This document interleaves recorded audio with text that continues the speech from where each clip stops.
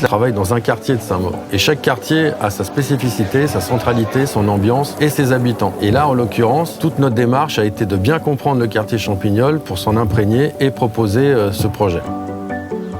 Ça, c'est la rue Roussel. Alors, en face, nous, on a des pavillons de grande hauteur. L'idée, c'était de faire plutôt ça pour partir de la zone pavillonnaire au Grand Boulevard, de séquencer nos bâtiments en plusieurs séquences, ce qui fait que du coup, on avait un bâtiment, un deuxième, un troisième, un quatrième. Et du coup, c'est une succession de bâtiments accolés et non plus un seul bâtiment, mais plusieurs bâtiments avec plusieurs logements.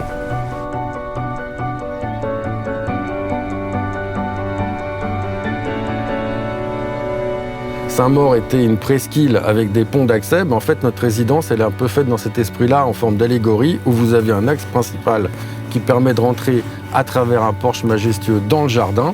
Et de chaque côté, vous avez des secondaires petits ponts qui permettent de rentrer dans chaque hall d'immeuble. Tout ça entouré dans un cocon de végétation qui est censé représenter la Marne.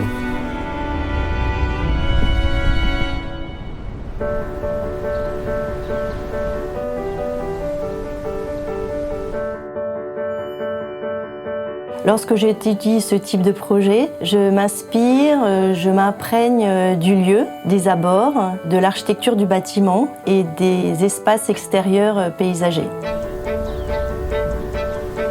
Les halls ont une place centrale dans le projet, ils sont vus depuis la rue et c'est la vitrine de la résidence.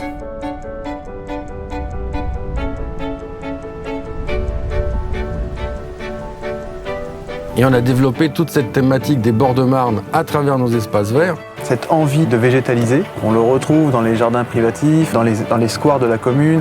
Il y a une espèce d'ambiance qui émane, et c'est ça l'essence de Saint-Maur en fait. C'est un village planté. C'est donc un véritable travail de couture entre une façade qui évoque une cascade avec du zinc et le cœur d'îlot qui lui possède un tapis bleuté planté de petites fétuques qui sont là pour justement rendre le projet lisible. Il y a eu un grand travail qui a été fait non seulement sur tout l'extérieur du projet, sur les façades, la qualité des matériaux qui vont du zinc, la pierre, etc., mais aussi sur la qualité de l'aménagement des appartements. Tout ce travail a été aussi bien mis en commun dans les halls, les parties communes et l'intérieur des appartements.